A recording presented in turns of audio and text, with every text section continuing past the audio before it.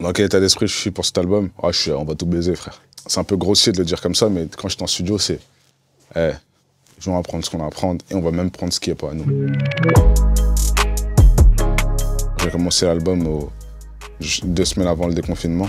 Et en fait, ouais, tu sors de là, t'as le seum, en fait. J'ai failli mourir, ça se trouve on allait mourir. C'était même pas un exutoire, c'était en mode, viens on rappe. J'avais juste envie de rapper comme à mes débuts, tu vois. Je sors de la musique quand j'ai envie de sortir de la musique, c'est tout.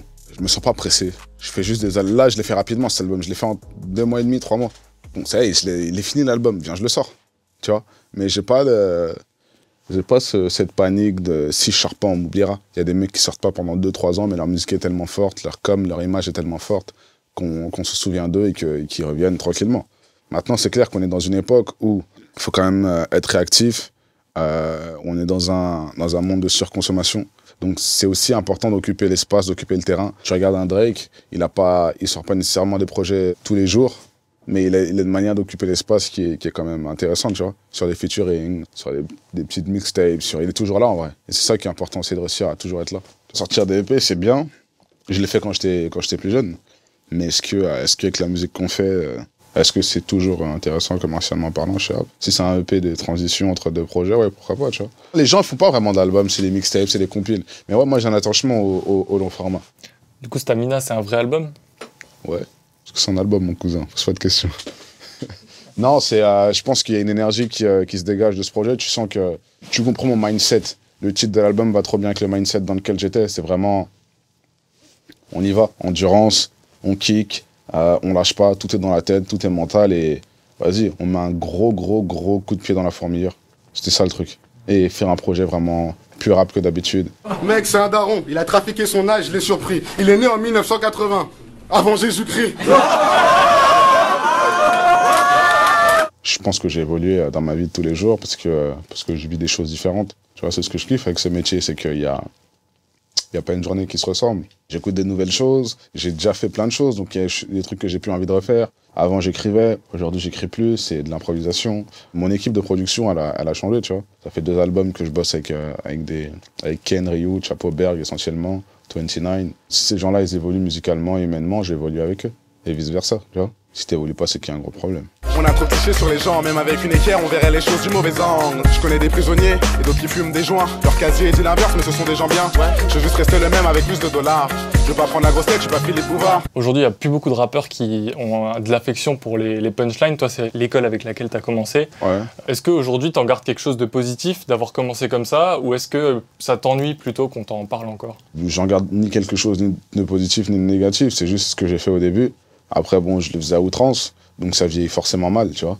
Maintenant, je pense que dans la musique que je fais aujourd'hui, il y a beaucoup moins ce truc de vouloir trouver le jeu de mots ultime, la phrase absolue. L'émotion que j'ai à tel moment, bah, je vais juste la retranscrire sur papier. Si là, il y a un jeu de mots, si là, il y a une punchline qui vient avec, tant mieux. Si on n'en a pas, vas-y, tant pis.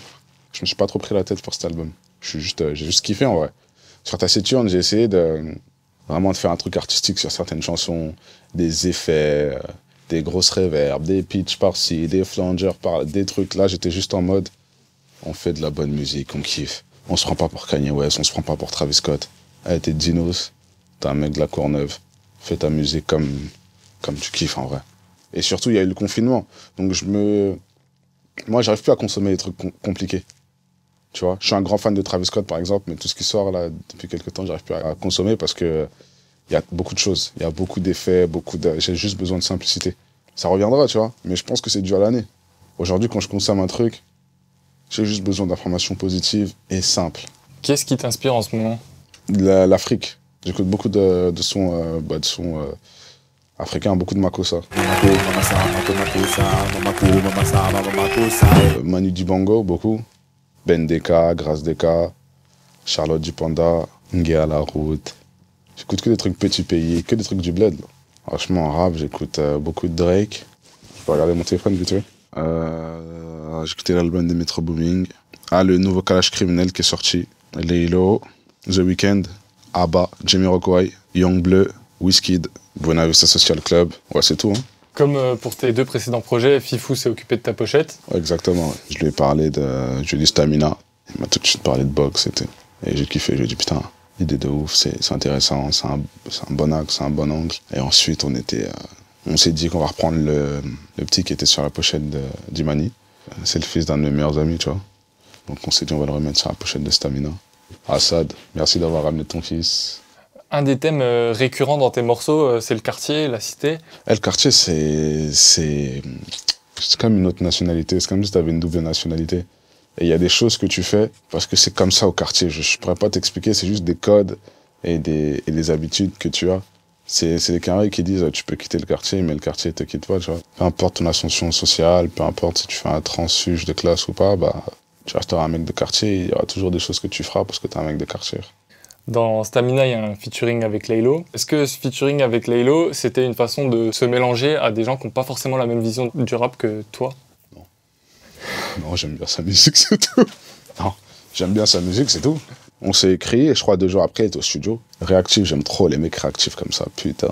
Ça fait trop plaisir de bosser avec des gens comme ça. Let's go, on y va. On a fait le morceau en une soirée. C'est humain, il n'y a pas d'ego, il n'y a pas de... Le truc de rappeur, en fait. Des trucs où, tu sais, les mecs sont une carapace et ils jouent un rôle. Ils jouent pas de rôle, en fait. C'est ça qui est stylé avec ce mec. Il est juste lui-même et il dit ce qu'il kiffe et il dit ce qu'il kiffe pas. Il n'y a pas à le prendre bien ou à le prendre mal, il y a juste à le prendre dans le process de la création artistique, tu vois. C'est tout. Et quand je parle, je ne te regarde pas, car je veux pas voir tes yeux. Seul dans la nuit, seul dans la nuit. Plein de rappeurs qui m'inspirent. Nekfeu, je kiffe de ouf Nekfeu, j'aime beaucoup sa musique, j'aime beaucoup ce qu'il dégage humainement aussi. Alpha One, j'aime beaucoup, Freeze Corleone, tous ces mecs de la nouvelle génération, Leto, Nino. Moi je kiffe le rap en vrai. Donc tout ce qui fait avancer le mouvement, je suis dedans en fait. Tu me proposes un truc qui fait avancer le mouvement, je suis in direct. La branlette des rappeurs de « Ouais, nous on se mélange pas trop, ouais, t'as vu, c'est des mecs de là-bas, ferme ta mère cousin, viens on fait du son ». Moi je kiffe, j'aime trop la musique, j'aime trop le rap frère. Donc tu me verras pas faire des fausses manières comme ça. Est-ce que cette carrière, pour l'instant, elle t'a donné ce que t'espérais? Tu sais que j'espère plus rien moi, je vais prendre. Je sais pas, j'espère si, non, je vais prendre. Je vais prendre. Quand je faisais Taciturn, l'objectif, c'est d'aller chercher les 50 000. Et je viens de la Courneuve. 4 Queues, c'est moi, on a ramené des disques d'or à la cité, frère, cette année. C'est incroyable, frère. Les premiers albums disques d'or, c'est nous qui les avons ramenés, frère. C'est un truc de ouf. La fierté de la ville, c'est bien, tu vois. Certains petits s'identifient à toi. Tu te rends compte que t'es un exemple. C'est un truc de ouf.